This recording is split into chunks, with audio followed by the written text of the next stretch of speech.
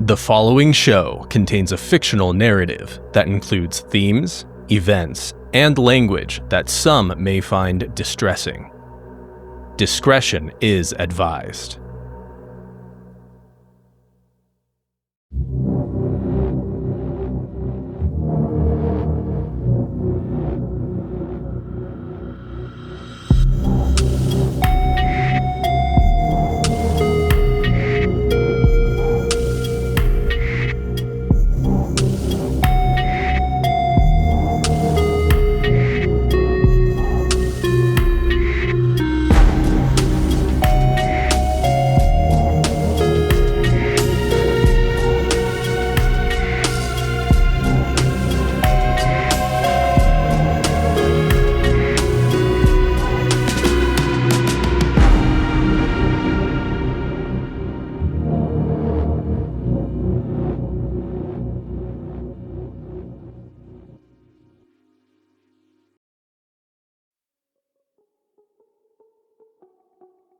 Welcome all to this week's episode of This Line Isn't Secure. I'm Libby, I'm the handler, and you scream, I scream, and we all scream for gory hangnail removals.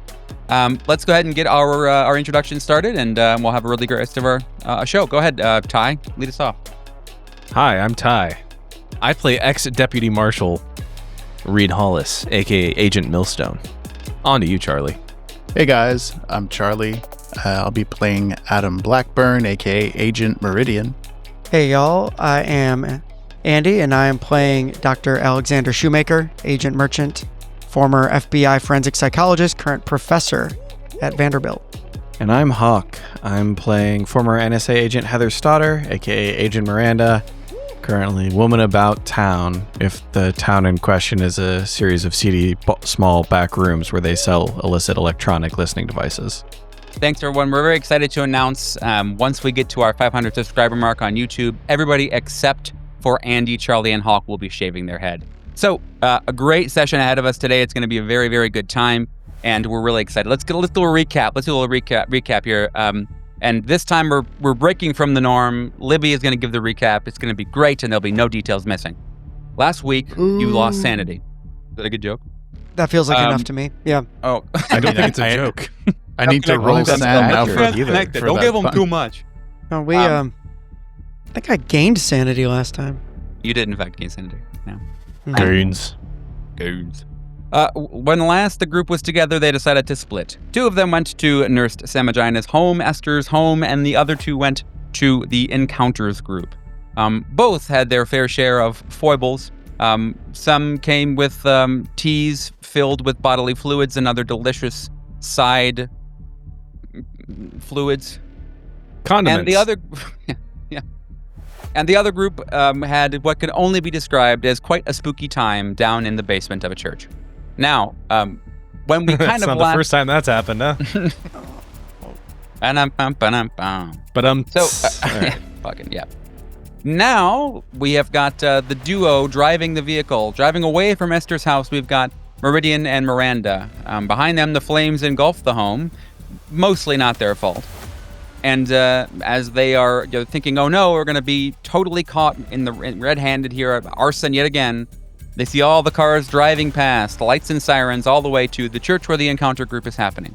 They hop in their vehicle and drive toward their friends who are almost assuredly setting something on fire. At the church, they are not, or so they think, setting things on fire. And they are, however, getting the hell out of Dodge. They are up the stairs, break the door open, and there in front of them, a sea of flashing lights and sirens careening toward them on the small streets of this Boston neighborhood. Will they make it there to get to their friends in time? Find out more on this episode of 60 Minutes. All right, so we pick up here. We've got the duo in the car driving quickly toward the church, the encounter group. It's pretty easy to get there. You really just follow any number of police and/or fire and/or ambulances to the church. Neither of you are disillusioned to the fact that this many emergency vehicles, not only would they miss a raging house fire, they would certainly also not all be going to one place, short of it being a catastrophic event. But that really isn't too far outside the realm of possibility when it comes to the events you are all involved in. AKA, shit is bad, or at least a lot of people think it's bad. So, I assume that you're both going pretty fast. The idea would be to get there before the cops do. Is that right? Ideally, yeah. Yeah. Okay. Yeah, why don't we have Charlie make me Meridian's drive check. I think he has pretty good drive. That's a no. It's 76 over 40. You round the bend, and the back tires of the vehicle that you have, that I remember the exact make and model of, and color as well, hits the grass, spins against the grass, and you see kind of dirt and some sod flying up behind you. As you realize, just even that motion, there's 3 or 4 cars slam ahead in front of you and begin moving down the road a lot faster. Think the newer, like Ford Explorer police cars that are kind of SUV-ish. They don't even stay on the road. They just some of them actually hit the grass on purpose, it seems. They're going there as quick as possible, missing electrical generator boxes by mere inches, in what can only be the kind of driving that is the most serious. What does the inside of that car look like? What's the conversation? What is your plan here? What are we doing? There's seconds to decide. All right, this fucking car's not going anywhere, Miranda. Hold on. And Meridian will dig into his pockets and pulls out his flip phone and dial shopkeeper. Shopkeeper, you and Reed, Millstone, have just kind of opened the front doors for the church. You don't have to slam them open, very dramatic style, because you would certainly hear the sound of many, many lights and sirens. And your last message from Rourke was one that tipped you off to the fact that you probably were going to be exiting here with a certain amount of vigor, whether you wanted to or not. So you are probably, going to open the door, slowly and carefully, and that's okay. But I guess, let's see. What kind of phone? I don't want to get too granular this early in the episode, but really, what kind of phone does Merchant have? It's a flip phone, but is it the kind of phone that you're confident you could get somebody on, or is it the kind of phone where you're never really sure when you pick it up to dial somebody if it's going to make it or not? Yeah, part of Merchant's lifestyle of spending more money than he makes. He actually has a pretty top-notch flip phone and generally good service. Got it. It takes 2 hands you can't just flick it. You have to open it up. It's real nice. It's a Kia Sarah. It's a Kia. Dude, those things. Where are you? Where are you? We're just leaving the church. Rourke is in the basement. He said he called the cops on us. There's cops everywhere. We can't go faster than them. Do we need to pick you up, or are we meeting back somewhere? Who is that? It's Meridian. Make a decision now. There's fucking cops everywhere. Have him reroute. Have him fucking go down 3 blocks down. Yeah. Fucking 3 blocks south. Go 3 blocks south of our location. Have him go south. You hear the wood of an ornamental looking fence, a very old one. You hear it totally split, and splinters kind of thud across the white old marble across the steps of the church. You hear the sound of screeching tires. You hear the sound of very, very loud sirens, as if to say they're here. We need to go 3 blocks south of us. And I hang up and start to move around the far side of the church. Reed's going for the shrubbery that he saw that person in when they first approached the church. And he is going to duck behind the hedges and kind of use that cover to scale the length of the church until he can get off that parcel of land and book it south. Okay. And Merchant, are you doing the same, using the bushes as right behind? Okay. Both of you roll stealth. Back to the car. Miranda, keep your rolls. Yes, sir. Keep your rolls. What are you doing in the vehicle? I mean, Meridian, it sounds like, is driving and is on the phone trying to communicate. What would your character be doing in the vehicle right now? I'm just holding on to a handle, man. I'm trying not to get shook.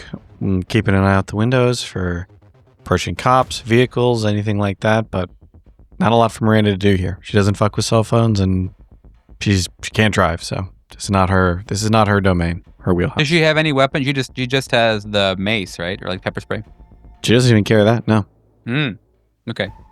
Got it. Does she feel helpless? Or does she feel like she, no. Oh, okay. Got it. No, she's biting, Miranda's waiting. She knows what to do if she has to talk to somebody or if the car comes to a stop. If she has to do something, she's ready to do something. But, at the moment, she's a little anxious that Meridian's gonna like fling the car into a ditch or that he's going to attract the attention of the cops, but she's not like helpless so much as she is like, I don't know that she trusts Meridian, but she just is accepted completely like it's not her time. She doesn't need to do anything, right? Like Okay. her situation's going to come up in a second and then she'll deal with that. Okay. All right. You skid around a corner, and now you can see the church is directly in front of you. You see that many police cars are going through these small drainage ditches and up and bouncing. Again, the urgency as if this is, the most urgent thing that's ever going to happen in their life. Vehicles are just careening through fences. You see ambulances are taking out a fire hydrant on the way into the parking lot. It's like actual pandemonium. As all these cars now are just kind of like piling into, all these emergency vehicles are piling into this parking lot, all this one big mess of lights and sirens. Why don't Meridian, give me another drive, and Miranda, give me an alertness plus 20 because you're focusing on being aware and being alert. 12 under 40. That's a 89 over 42, baby. All right, that sounds good. Lots of cars. You do not see, neither of you see Reed and well, hang on. Stealth rolls from Millstone and from Merchant. It's going to be a 45 over 10. That would be a 6 under 11.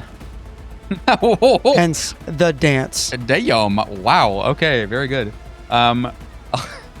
So I guess maybe the best way, the way I think of it, is that you see Reed in front of you. You see, Millstone moving down these bushes, just like fuck, and his head's kind of just bouncing up against it. The bushes are shaking. Yeah. For once, you're like, What's well, going on I know what here? not to do. Yeah, I'm not going to do that. You see a rose thorn like sticking into his gut and untucking his dress shirt from his pants. He's like, fuck! You probably would, both Miranda, you probably would see, the telltale sign of Reed's shoulders kind of moving through these bushes on the side of the church. But that means that the cops probably will too. So you would guess that it's going to take you maybe 2 or 3 more seconds to get there the way that Meridian is driving. By the way, he's actually paid attention now. And they're going to be on him in about that much time. But you're kind of diverting directions. So you get to this intersection where you have the choice to go either kind of south and take a turn or to keep going in the lot of the church. And the cops haven't seemed to have they have not seemed to find, they haven't found Millstone. They ain't done it. They ain't found him. I assume you're taking that turn, and you do. More police cars zip and careen by you. You hear, "There he is!" And you both of you in the bushes, Merchant and Millstone, you also hear that. But you kind of get to the back of the church. You round the corner, and now is when you probably can make out the model and make and color of the vehicle that I remembered that you're all driving. And so you could certainly get there, and you have to book it through the open, right? You're gonna have to go from where you are, dashing to them, so to speak. And there are still like cars in the area looking around, those big spotlights looking around. So you really could make a break for it and hope that no one sees you. You could maybe call and make a different plan if you wanted to, but you have about maybe a block or 2 worth of open space you're gonna have to run through in order to get to where they are, unless a new. Is it a vacant lot? Is it like difficult terrain?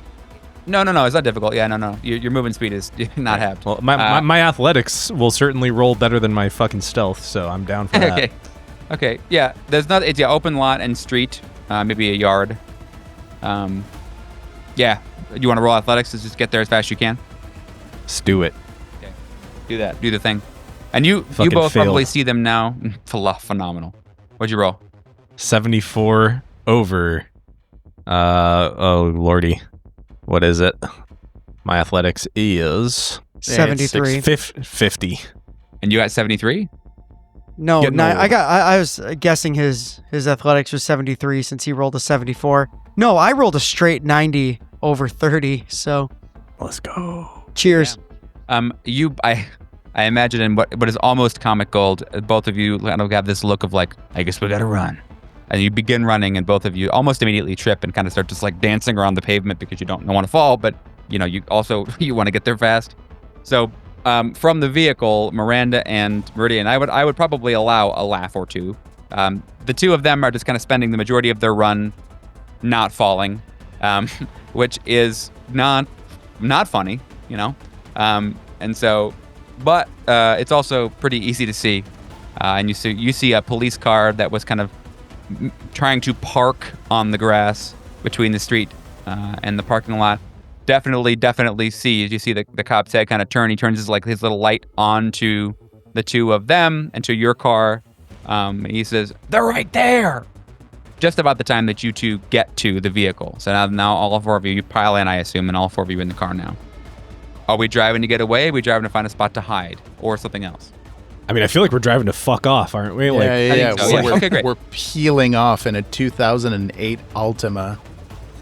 That's certainly not fucking conspicuous at all, with a broken fucking side window.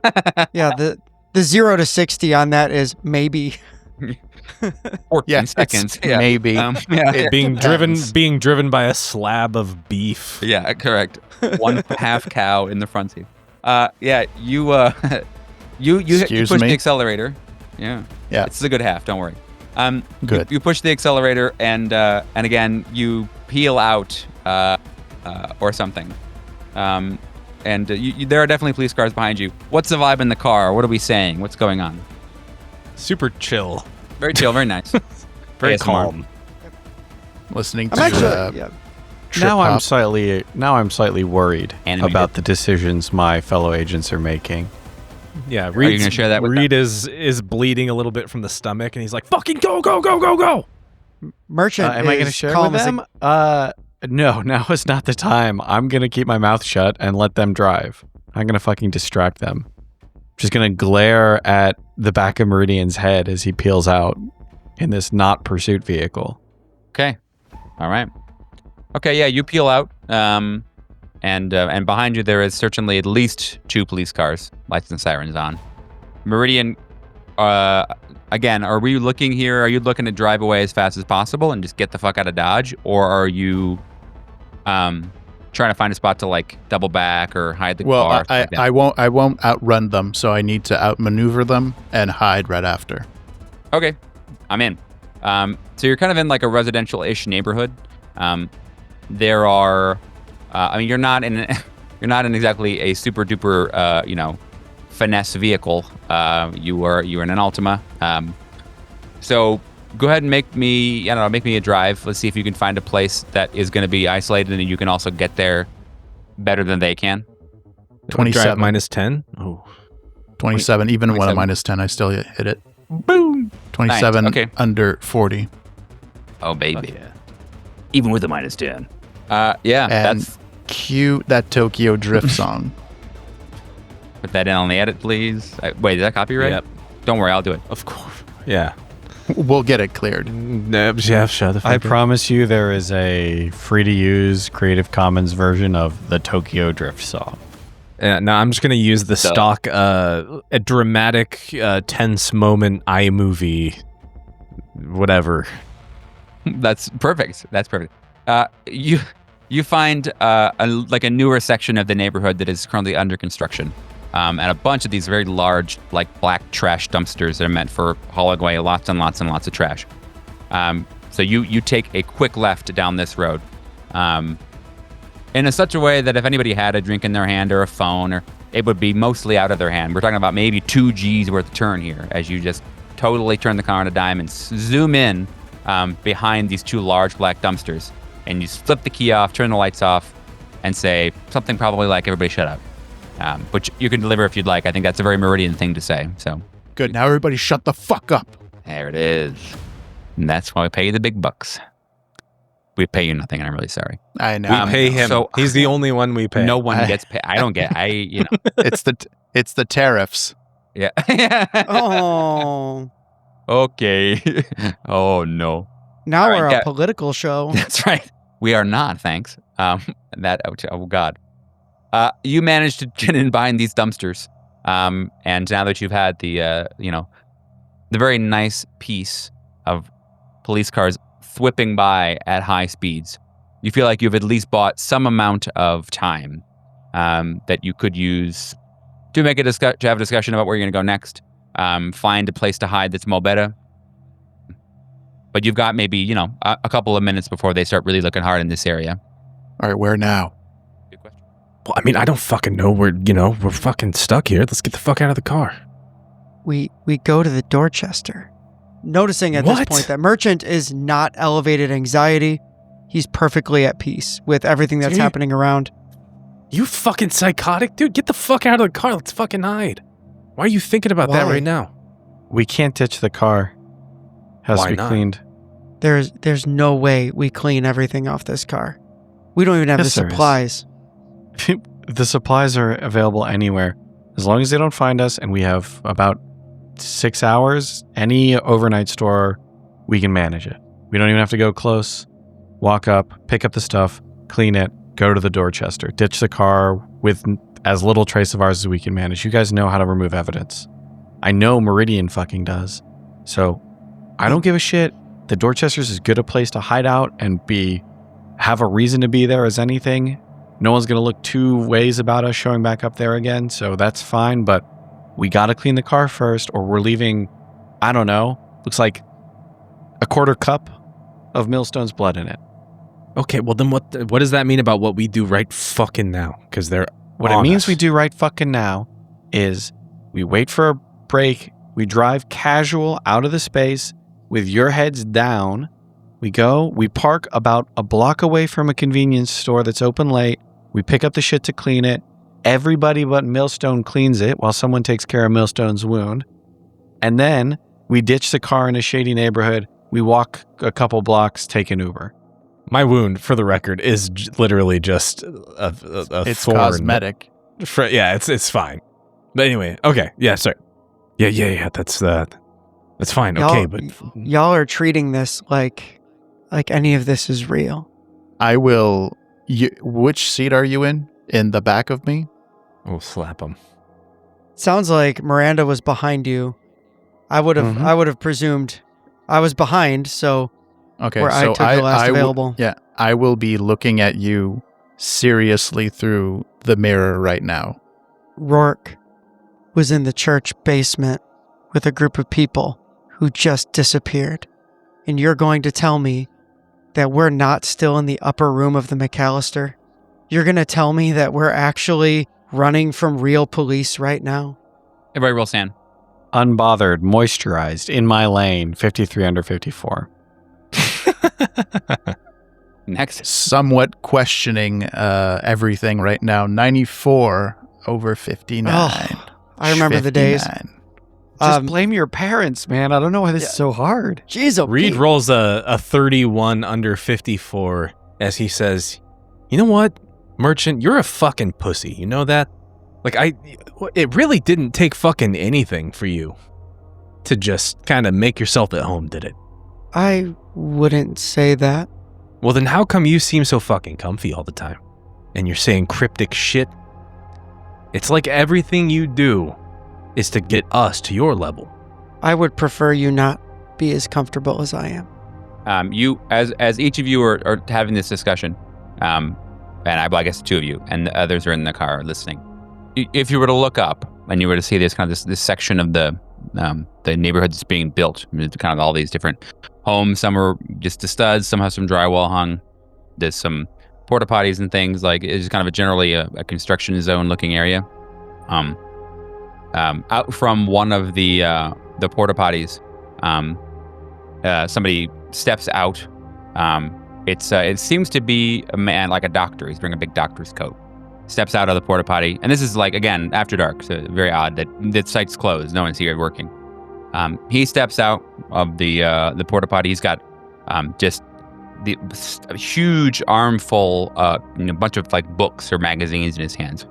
He's got a cigar coming out of his mouth, and you can't see his face, but he kind of stumbles out of the porta john and then like starts kind of walking down the road, plodding down the road, almost in a half drunken state.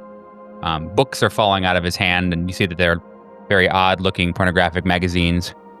And he's just kind of like looking around different places he could go, like different houses that are not done being built yet. And then a door to one of these houses that maybe has some drywall hung opens, and the sound and feeling of jazz, very low, kind of this very almost noir feeling jazz, just kind of drifts out of this lit doorway. The light extends into the street, almost mocking the moon. And he just kind of turns and looks at it happily and drops a full arm of what looked to be very grotesque pornographic magazines and runs in just very happily. He goes in. The door to the house is still bleeding, this long white trail of light. Yeah, and it sounds like someone's playing fetch with a dog. All of you see that, so roll sand again. It was too good to be true. Right. Como? Starting with Ty. All right. We got a 46 under 54. 54 on the dot. Let's go. Let go. Charlie? 19 under 58. Panam. And last but not least, Ende. 73 over 51. Whoa! Super. If you fail, you lose one. Blame Back somebody. to 50-50. I'm not going to push one. So That's how they get you, man. So, Though almost mockingly, Millstone's going to be like, "Oh, merchant, there you go. That looks pretty inviting, doesn't it? Why don't you head over there?" I'm not getting out of the car. Color me surprised. I understand your reluctance. Reluctance to what? Admitting what we all know is true. It took me a few years too. I thought maybe y'all got out of it. Maybe you didn't. Maybe you weren't stuck in the same loop. But, I had hoped all of you would have been happy. Doves have gathered around the outside of Merchant's door. They've begun eating pieces of seed or cement off the ground. What's going on with the cops at this point? Are they still in pursuit, or Yeah, have they they're still passed kind of us, moving or- around. Yeah, you see behind you that they're moving around. But again, you probably still have a couple more minutes before they're gonna have to dismount to really see you well. So you've got a couple more minutes maybe. And you know where Dorchester is in relation to you, by the way. I mean, it's not very far. In fact, it seems as though the whole time you were driving toward Dorchester. Or maybe it was driving to you. Merchant, I didn't mean to interrupt you. Carry on. Indeed. We have a job to do. And it's a job that seems to call back to our previous time together. Perhaps we should continue that. Maybe that will solve our problems. You don't even fucking believe that. I can hear it in your voice. You know there's no fucking job. If what you say is true, then there's no job. There's no... Well, We're not here to do fucking anything. We were given a job. The fact that the man who gave it to us is no longer here is notwithstanding. You think he's no longer here? That doesn't sound like you. I was there when he died. Yeah, well, according to the rules of the world that you seem so comfy in, what the fuck is that supposed to mean in the first place? We have to hold on to something, right? That's what I've been trying to do. So I'm going to hold on to the man I watched die is out of the picture right now. Why it's different than Rourke, I don't know. I can't tell you, but it's different. Radio Don't clicks say on. you fucking watched him die. Radio clicks on and you hear a very, very loud volume almost all the way up. Seems like some kind of documentary, like a radio documentary. And someone says, "There's just no rules. I mean, you could just do whatever you want. I mean, this is a play first. You're going to make it into a TV show, and that can't be real at all. That's very important. There's a big distinction between the two." You hear the voice of the man with the red hair. "Yeah, it's really not that hard. All that matters is the audience wants to watch, and people are enamored." Okay, fine. The guy I killed. There's an audience gasp from the radio, and then it clicks off again. Yes, I watched him die because I took a typewriter and smashed his head in with it. Mm-hmm. And I just had to kill the same person that I killed 20 fucking years ago. So you know what? I'm sorry for freaking out on you, okay? Hey, None of this makes sense. Millstone, none of this makes sense. Don't let me fool you into thinking I think this makes sense. It's just we've had a really different 20 years. You're a policeman shout. Even "Everything's going to be okay, everyone. It's going to be okay. Just stay where you are. Everything will be fine as long as you do what you're supposed to do. Just stay inside." I think that's it. We do what we're supposed to do. And what we're supposed to do is go to the Dorchester at night. Why do you believe that to be true, buddy? Because we've been told everything happens at the Dorchester at night. This is part of the job we were given, and we can fight it. We've clearly something happened. We either we did something wrong or none of it matters. Whatever. But either way, our movement is through. If we run away, this doesn't make it any better. We just keep going through. So yeah, absolutely. If we need to, I'm in forensics. I can help wipe this car down. Not a problem. Millstone, is your side okay? Your gut? You good? I'm fine. Okay. Don't call it a gut. We can. Asshole. Hey, Father Time is undefeated. I don't know. You know, but we can clean the car. That's fine. Sorry, I'm a little messed up from the church, I guess. I had a moment. Yeah, if we need to clean the car, we clean the car. But I think this night ends at the Dorchester. I don't want the sun's not coming up without us being there. I mean, I think we all know, like, we can all feel, yeah, that's the next thing we're supposed to do. But I mean... Do you think we saw any of the missing people at the encounter group? I mean, you talked to one of them like you did, like she was there. I don't know who we were fucking talking to. I just feel like if I stop resisting whatever the fuck this is, I'm gone. Who am I if I just do what I'm supposed to do? If I'm just following fucking stage directions, Merchant? Maybe we're not following stage directions. Maybe we have a chance to write a different ending. But we don't get to do that unless we're on the stage. Yeah. Millstone, I thought you were happy. And who's going to write that ending, huh? Why'd you have to fucking kill that man? You want the truth? Yeah, I want the fucking truth. I don't know. It seemed like the thing I was supposed to do. Supposed. All right. Even a mild amount of humans would say, yeah, you want to know the truth? I gave you nothing like it. Absolutely.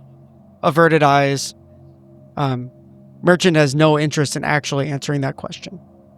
And Reed's got humans and spades, and so he can see that, but he's...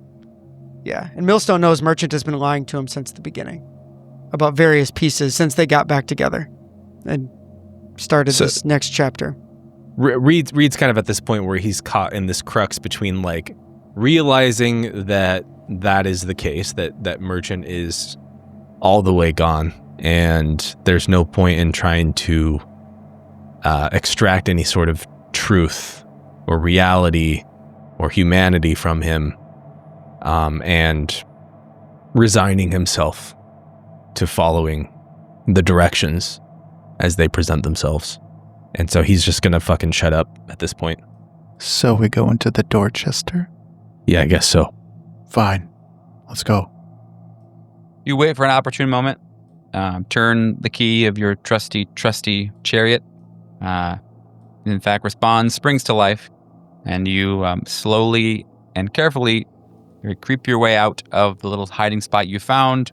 And when you get an opportunity and there's nobody there watching, no police or people that have come out of their homes, you dip away into a separate part of the neighborhood, and you continue to go through parts of the neighborhood that you would need to do, doubling back and going different routes again to make sure that no one is following you. You are pretty confident, and I mean, it's, late, whatever time it is, it's late. So you're pretty sure, but there's no headlights behind you. You're pretty sure you're, no tail. And in front of you, welcoming you, refracting the light of the bright moon, stands the Dorchester.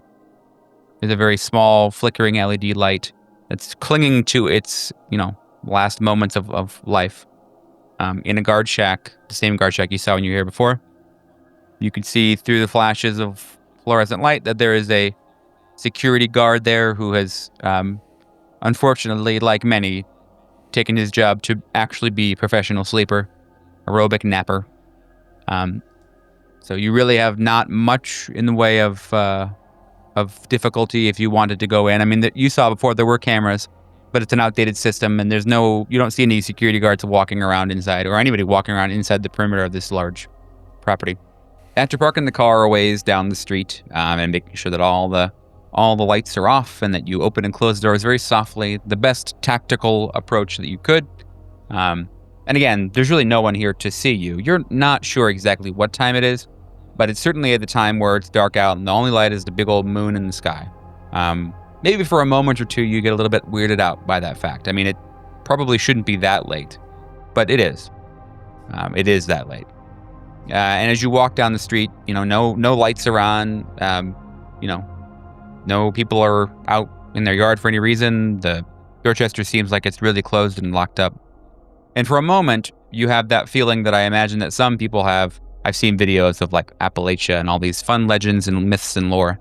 And there's this whole myth and lore about silence, about the whole forest and the whole mountain range, everything just going dead quiet for 2 or 3 minutes. No wildlife, no sound of foliage shifting in the breeze. Everything stops. Whether it is to look at a beautiful show, a beautiful light, a dance, or it's to not be noticed. Who knows? But certainly the silence is creeping its way into your brains, your heads, and you can't tell if it's just more of the same, more of the McAllister that's lived in your brain for 20 years, or if it's just the fact that you're scared as shit. Stepping over the gate, Barney, the gate guard, no idea you even exist.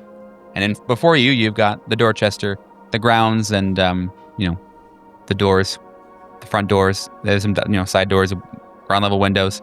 How do you want to get in there? Oh, sorry, I guess also you did look before. There are some security cameras. They're pretty rudimentary. They're pretty old technology. So certainly there are dead zones you could have mapped out earlier. Avoiding those is not really going to be challenging for you, even with whatever criminology you do or don't have. But you'll have to at least be intentional. So I want to know what our plan here is to get inside. All right. So no point in going up front. No point in going in the garage. Even though the security system's dog shit here, I would rather avoid a scene. I'm assuming the back is the best way. Well, lead the way. You get to the back door, it's like kind of a metal dock door. Nothing that's super duper fancy. You can just slip a credit card through, get the latch, and then open the door. There is an alarm here, but the wires are kind of rotten and frayed, so there's not really an alarm that's happening. There's no audible alarm. And you gather there's probably no alarm accompanied either since the wire is rotted. When you open that door, you see that there is kind of a large storage room that you assume is for the majority of the equipment and food that is here. There is, huge shelves, tons of cans, tons of food. There's a bunch of fridges. Think every hospital kitchen you've ever thought of in your life. There is kind of a little section that's cordoned off for the rest that has what looks to be kind of like the sensitive equipment. So there's like a kind of a cage, and where you assume that they would issue out things like little stun guns, or they've got some needles that are specifically for tranquilizing, or calming people down. They've got some of these like kind of bludgeon-looking kind of weaponry, things that could all masquerade as tools of helping those with mental illness, but in reality are just kind of like weapons. Otherwise, outside of the room that you're in, the storeroom, you can see that there is like the kind of first level, the open first level you saw before. And as a reminder for both you and our listeners and watchers, the third floor was the one that was the most secure, and then it would go down in security by level. So the first floor, kind of more office spaces. There is like a middle area that's got all the residents or the patients, but lots of roaming out of their rooms into the kind of common area was fine. Some of them even had some like rudimentary writing devices and things. So this level is pretty open, and you can see that there is, little window in the door. Nobody's awake. There's no one walking around. The front desk is unmanned. Just kind of say, hey, let's check out the room of one of the disappeared folks. They have their room available down here. Let's see if anything's different at night. As Miranda and Millstone will continue, I will hold Merchant back. You good? Yeah, don't see anything that's not there. We had an experience in the church, and I think Millstone's still a little rattled about it. I'm good. I'm seeing patterns, right? Yeah. They all saw patterns also. I remember our deal. and I hope you'll stick to it. You were one opening door away. I wasn't going to leave the car. Good. I wasn't going to follow the guy into the house with the dog and the... No, we have a job to do. I'm not chasing after every little spook and spirit and figment of our imagination. We have a job to do. You know, they said Abraham Lincoln was probably a psychopath. I contributed to that article, sociopath, actually. Yes. Fucking same difference. You make your way down the hall. One of the rooms has what looks to be the remnants of crime scene tape that have now just kind of been let fall by the side of the door. There's clearly, again, an attempt to keep the room safe from outside stimuli, but that is now not a thing further. The door is just kind of left open. There's no one guarding the room, so to speak. But this is the room that had the writing on it on the wall. And I believe, let me get it for our listeners so that we've got it here. The writing on the wall of that room, again, says, Abigail Wright has gone to sea, crossed the waves to rescue me. In a ship both tall and fine, she rounds the corner, marking time. Seems to be, again, scrawled in copious amounts of human blood, dried, and there's like taped newspapers all around it and stuff. At this point, it's like a very dark, sickly color, like almost black, but there's red tinges to it. And the moonlight's making it look funky too. What do you want to do in the room? In the moonlight, is it possible to read the newspaper headlines?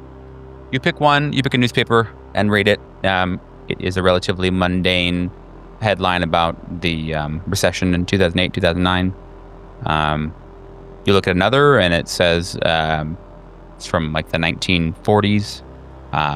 Talks about the Russo-Germanic War and an uprising in an unknown nation to assist the Russians. There's an article about a gentleman, a TV port of a very popular play called The Yellow Phantom and its success with screening audiences. Reviewers saying that it was unlike what they've ever seen before and a dance in the bright moonlight. So the Russo-Germanic War reference, is that would one possibly make a connection to that in the newspaper article I read in the night manager's office? Yeah, they look a lot the same type and a lot of the same content. So if you want to roll a sand, that'd be good. Yeah, thanks. Yeah. Mm-hmm, you're welcome. Well, good job. Patterns.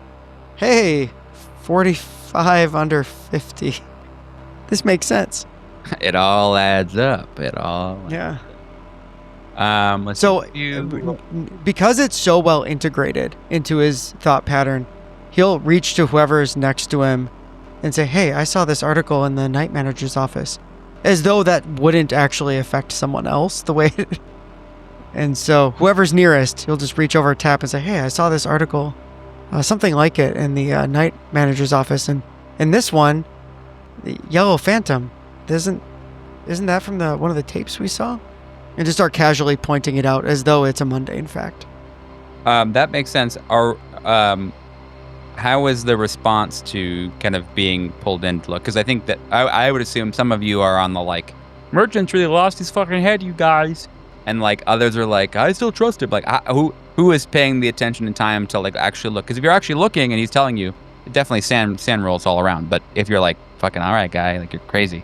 Well, I feel like that the mention of the Yellow Phantom, the first person whose ears would burn at that would be Meridian, right? Because he's the only person who's actually seen a live taping of the Yellow Phantom. Oh, in the hotel room? Yeah. But it didn't cut to the Yellow Phantom thing, right? It cut to like a whole bunch of kids getting drowned in a tub or something? Yeah, which you would forget pretty much instantly, right? Well, I mean, it's just another dead body, right? Oh, yeah. Just waking up in the middle of the night to children being drowned on television in black and white. Well, let's just say for ease that, none of you, all of you here, Meridian, and none of you are really wrapped in quite enough to think and to really realize that this is a sanity loss event. Maybe all of you know that any connection with Meridian that lasts for more than 30 seconds is likely to lose you some sand, so who knows? Maybe you're just like, all right, guy, fucking, all right. enjoy the room. None of you lose sand. Yeah, there. it's almost better that we're all just like, yeah, Sounds good, Alex man. is having a good time. Glad you're having a good time, buddy. Yeah. He's not having a good time, to be clear. He's like looking at things and like, hey, this is connecting to him. The one that jumps out is the one that he saw in the Night Manager, because that is to him making the connection.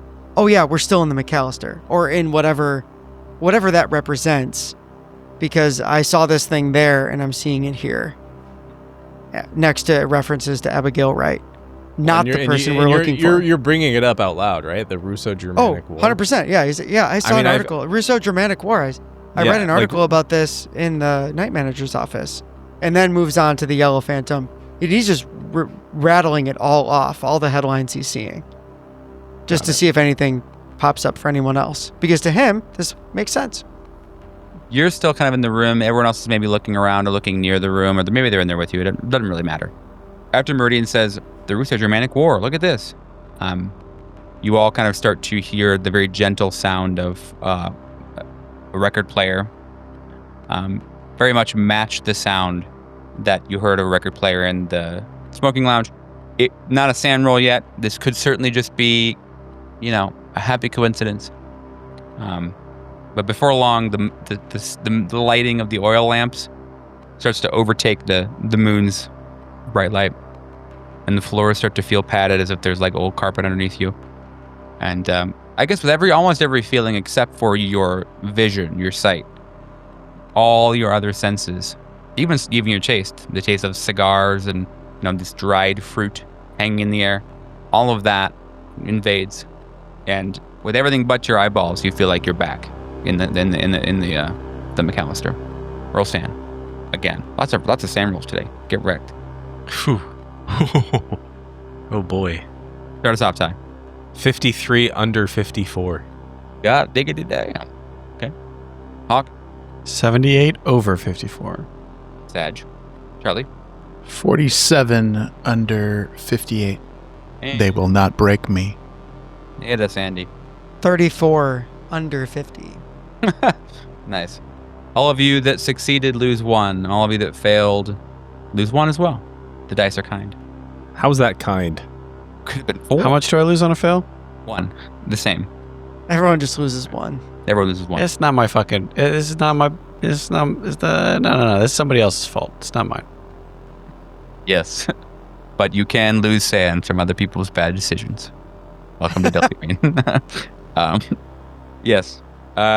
Yeah, so you get the vibe, the heavy vibes, for sure. So, at the awareness that everyone is having this kind of experience.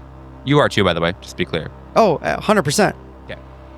Merchant will just lock eyes with Millstone and just kind of shrug a little, and then get back to looking at newspaper articles. But absolutely lock eyes for a second. That moment of eye contact comes directly after Millstone has a moment that can be only described as a preternatural deja vu as he approaches a bookshelf, and as he's kind of running his hand along the spine of a book to look at it, smells the must of old books, and suddenly his peripheral, it seems as if the bookshelves stretch off far longer than they really do. It's just a narrow bookshelf, but for just a flash of time, they extend off in either direction for as far as he can see, and he smells gin. And he doesn't know why. And then he just turns around and makes that eye contact with Merchant. The phonograph of the record player starts to play through the PA system. Pretty quiet, but it's still got the tinny sound that you associate with the tinny from the record player and the tinny from the PA, the old PA. Kind of bouncing around the hall in a way that is not nice. Merchant, the room of newspapers and writing, they all just now all they say is, congratulations, you found him. And just they're congratulations, all different kinds of types and fonts and different dates and times and newspapers and all different. Congratulations, you found him. And every one there's a photo of a man shaking his own hand. You can't see his face. It's scratched out. To whomever is nearest, can I have a second person see what I'm seeing? Yeah. Meridian, what do these newspapers say? Yeah, you come in and take a look. all of them say to you, "You found it." And instead of a man standing where you assume that Merchant is saying, there's instead this kind of very odd-looking water device, like a vial, but it's closed at both ends. I guess an ampule is the correct actual word, but a very skinny glass vial with 2 closed ends, and this water, maybe blood, juice, maybe it's whatever, who knows? But in every photo, it's juice. Yeah, that's the scary thing. It's juice. It's the purple stuff in the fridge. It is the scissor. The patsu. Mm-hmm. Yes. Sipping lean. There's this fluid in every one of the photos where the man should be, and in every photo, the fluid inside of the vial is rising and then falling again, and then rising and then falling again, as if they're all animated. What do you see, Meridian? We found it. It says we found it. It. Well, it says you found it. You found it. Those exact words? That's what I'm seeing. What's in the picture? Vial. Something that's vile? No, a vial. A vial? With liquids that goes up and down. It's moving. It's moving? Yeah, the liquid's rising and falling. With the frequency, Meridian, it's almost like it's breathing with this frequency. It's in and out. The fluid fills and then loses some of the liquid, then fills again, and then loses some. Meridian, that's not what I see. Are you okay? I'm not the one losing my fucking mind, Merchant. You're seeing pictures moving on newsprint, Meridian. And you're not seeing the same thing as me. No, I came in and saw distinct news headlines. And now all I see is congratulations, you found him. And it's a person shaking his own hand. Who's him? But you don't see that, you see it. And you see a moving picture. Meridian, what happened at the house? The PA kicks on. Changes from the record, the song, and the voice of if you had to guess his looks by the voice, a ghoulish man comes over the PA, and he says, "Everyone come to the cotton candy room. It's almost time for group therapy." Cuts back to the record. Any of us recognize that voice? None of you recognize it as not Dr. Dallin's voice or Esther's voice or anybody that you heard speak when you were here earlier. Okay. I'm particularly thinking of a voice I heard when I was in a bookstore one time saying, "I'll see you at the Dorchester." There was a voice that said pretty particularly that I would meet this individual in the future. Yeah, that could be. It could be the same, but you're not sure.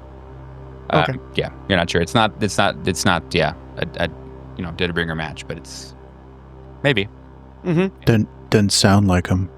You're not really sure where this room is, the cotton candy room, but you can look for it if you'd like. Everybody hears this, right? Yes, and it echoes and bounces around in a way that it's probably real. Sorry, probably real. Follows the laws of physics. Euclidean and all that. Mm-hmm. I think that Reed is definitely spooked out by this room. Within the last 10 seconds, he had this like flash of deja vu that just placed him right back in the smoking lounge.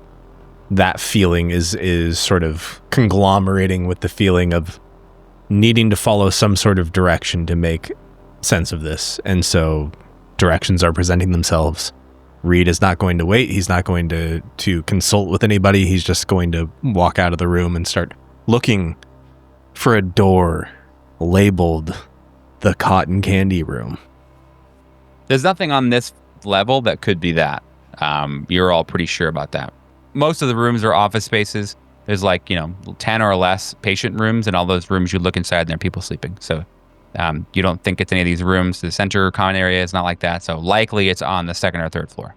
Has anybody, Reed didn't make he wasn't trying to be subtle about having left the room. Is anybody gonna? Yeah, Merchant will follow. Same. I'll follow. I suppose I'd say even more than looking for a label, Reed is sniffing. He's sniffing for cotton candy. And so when he doesn't smell it and he doesn't see any doors labeled, he's going to go for the elevator. Okay. While walking there, Merchant will say, "What? I know we're just going to search every room anyway, but what about the room that was locked? The one with the padlock that was clawed at?" Second floor. You talking about the break room? That's where I would go for cotton candy.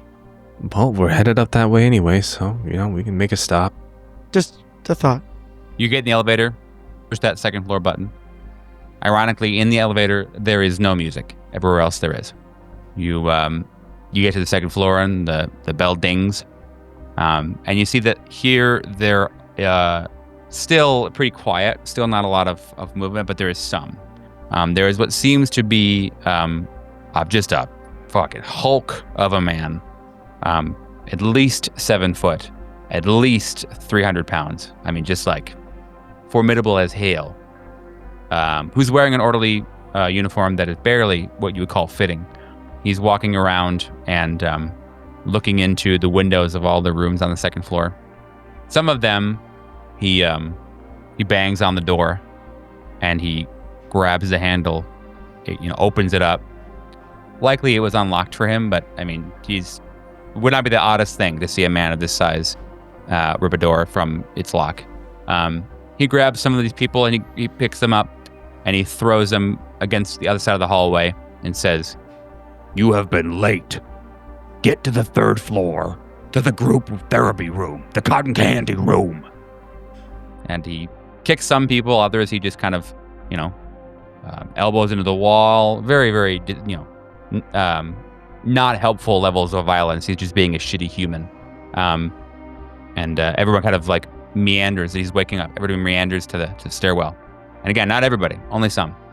Do you want to look around this floor some more, or do you want to go to the 3rd floor? What do you think? Because the 2nd floor does have this break room you're talking about, so you can go there and look if you want, or get caught by this guy. Who knows? I think that Reed's impulse would be to be intimidated by the physical presence of this person and want to try to mix in with the others and kind of sheepishly join the others as they head for what seems to be the room that he's looking for in the first place. Yeah, you join the group of folks that are going up the stairs. And I guess, so is everybody following Reed currently? Okay. Sure thing. You all, nice. You all get in the stairwell and you kind of move with the crowd. When I say crowd, 10 people or so, kind of, shifting. Is there any specific way that they're existing in the world? Like, is there something specific about the way that they're acting or moving that I should be looking out for to mix in with them? They all have some semblance of humanity, but they all seem tired. So I think Reed probably fits right in. Okay. You all kind of follow the group, and as you get to what you assume is the 3rd floor. Flashbacks, anybody? As you get back to what you think is the 3rd floor, you open the door, and there in front of you, instead of the kind of open floor plan of the 3rd level, a 3rd floor that you're used to seeing, you see that there are these 4 very nicely made beds. All the beds have these nice hospital corners. They're all very nice and very neat. And the light here kind of almost just reflects off them. It's just very bright in this room. The fluorescent lights have obviously been replaced, today. They're just almost abusive on your eyeballs. You've got these nice these sets of clothing that are sitting on the edge of the beds, all these clipboards that are hanging on the foot of the beds. And then, you maybe take a blink and think to yourself, this is not what it seems like, right? And about that time, the lights change from their normal nice white to this emergency flashing red. It is very slow, almost like you're stuck at a stoplight. So you're almost maybe even a little bit mesmerized. A soft chime, boom, boom, boom, boom, and the same voice as before. Good evening, patients. It's time for group therapy in the cotton candy room. Hope you're feeling honest today. Get here now. Boom, boom, boom, boom. The moon mixes with the red light. It's kind of intense feeling of almost like mirrored, like you're being mirrored. You feel like you're just kind of almost having an out-of-body experience right now. But I assume one of you, the bravest among you or the stupidest, steps forward. You all kind of watch and see as that person steps forward that they're no longer wearing their suit or their shirt or their pants. They're wearing a uniform. Very nice, well-pressed, bluish uniform. And before they pick up the clipboard at the end of the bed, what it will say. But you pick it up, yours up anyway, and they pick theirs up, and you all look, and it's you. Each of you now are a patient here at the Dorchester. As you look down, your clothes have all changed, weapons all gone, no equipment, nothing's with you. All you have now is each other and the cotton candy room. We'll see what that means next week. Oh no.